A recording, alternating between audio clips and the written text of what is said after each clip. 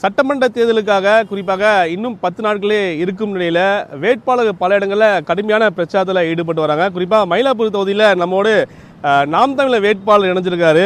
அவரோட கேட்பு நிறைய இருக்குது. குறிப்பாக அவர் எல்னி கடை பக்கம் நின்றுருக்காரு. எல்னிக்கும் அவங்க கட்சிக்கும் நிறைய தொடர்பு இருக்குது. வாங்க அப்படியே கேட்டு தெரிஞ்சுக்கலாம். சார் வணக்கம். எல்னி கடை பக்கத்தில் நின்று சொல்லியிருக்கீங்க. இந்த எல்னிக்கும் விவசாயத்துக்கும் குறிப்பாக தொடர்ந்து பல்வேறு குரலில் சீமானவர் கொடுத்துருக்காரு. 2 நாள் முன்பாக கூட கல் இருக்கும்போது 2 வேத சுட்ட சூழல் பல பிரச்சனை ஏற்படுத்தி இருக்குது. இதெல்லாம் நீங்கள் எப்படி பார்க்குறீங்க? இது இளநீ பனை இதெல்லாம் எங்களுக்கு ரொம்ப இதயத்துக்கு நெருக்கமான விஷயம். அதனால் வாங்க அப்படியே இளநீ குடிச்சிட்டே பேசுவோம். சமீபத்தில் நீங்கள் கவனிச்சிருப்பீங்க, ஒரு பனை தொழிலாளி பனை மரம் ஏறும்போது அவர் காலிலேயே சுட்டிருக்காங்க. அதெல்லாம் எவ்வளோ பெரிய ஒரு அராஜக போக்குன்னு நீங்கள் சிந்திச்சு பார்க்கணும்.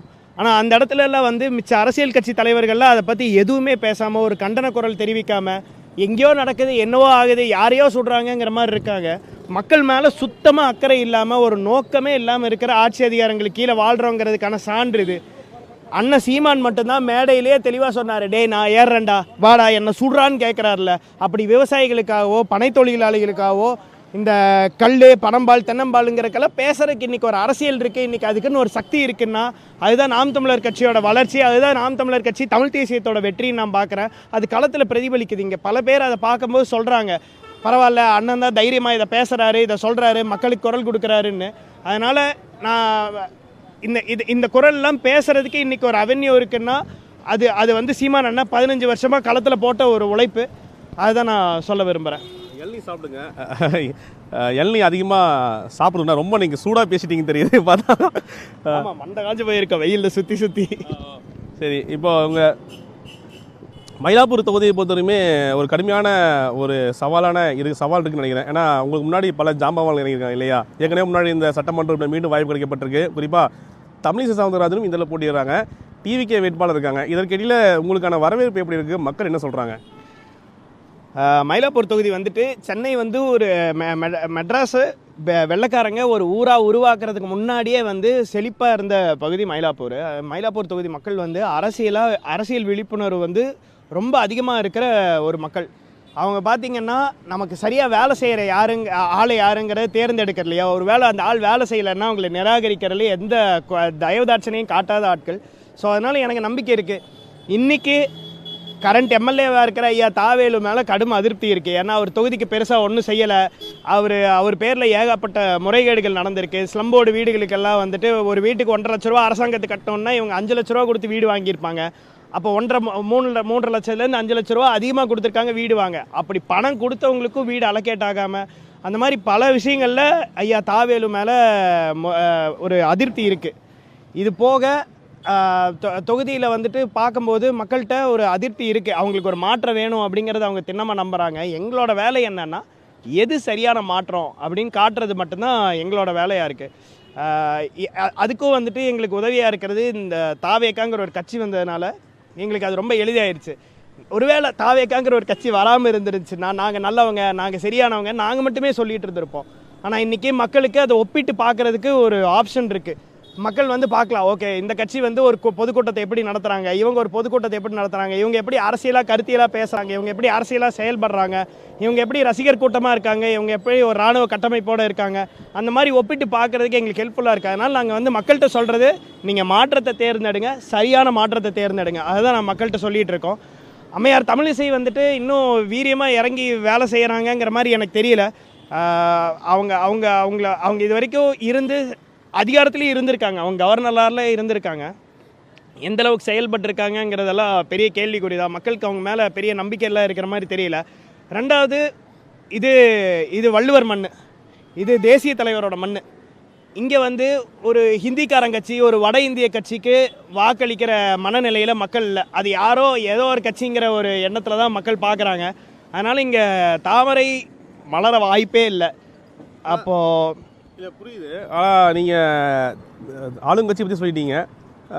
இப்போ புதுசாக போட்டியில் வந்திருக்கக்கூடிய தாவேக்கா பற்றி விமர்சனம் வச்சுருக்கீங்க, பிஜேபி பற்றி சொல்லிட்டீங்க. ஆனால் புதுசாக போட்டிக்கு வந்திருக்கக்கூடிய தாவேக்கா உங்களுக்கு ஒப்பிடாப்பா அப்படி ஒரு கேள்வின்னு நினைக்கிறேன். ஆக்சுவலாக பல இளைஞர் ஓட்டு யங்ஸ்டர்ஸ் ஓட்டு தாவேக்காக இருக்குது.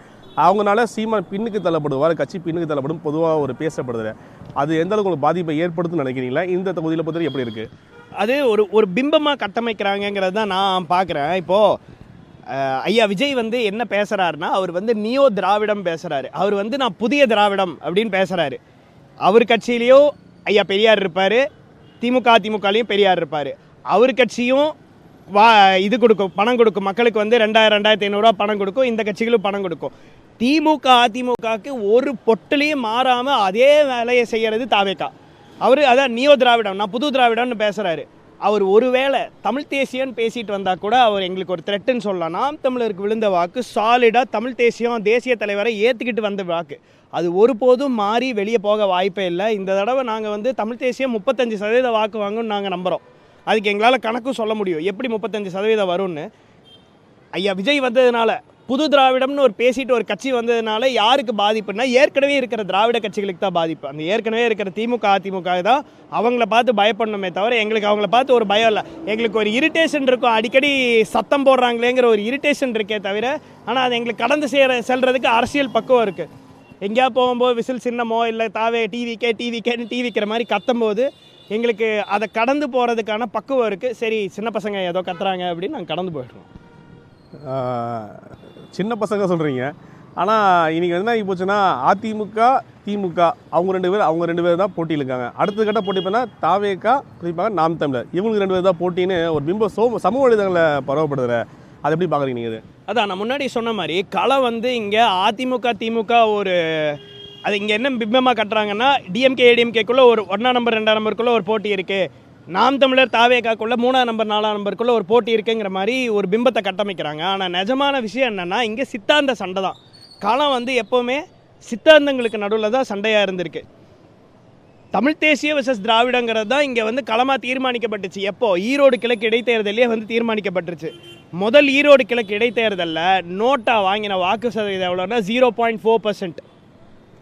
கடந்த ஈரோடு கிழக்கு இடைத்தேர்தல் நடந்துச்சு இல்லைங்களா, அந்த தேர்தலில் திமுக போட்டியிட்டுச்சு, நாம் தமிழர் போட்டியிட்டுச்சு. நேராக அங்கே வந்து தமிழ் தேசியம் வெர்சஸ் திராவிடம்னு களம் அமைஞ்சுது.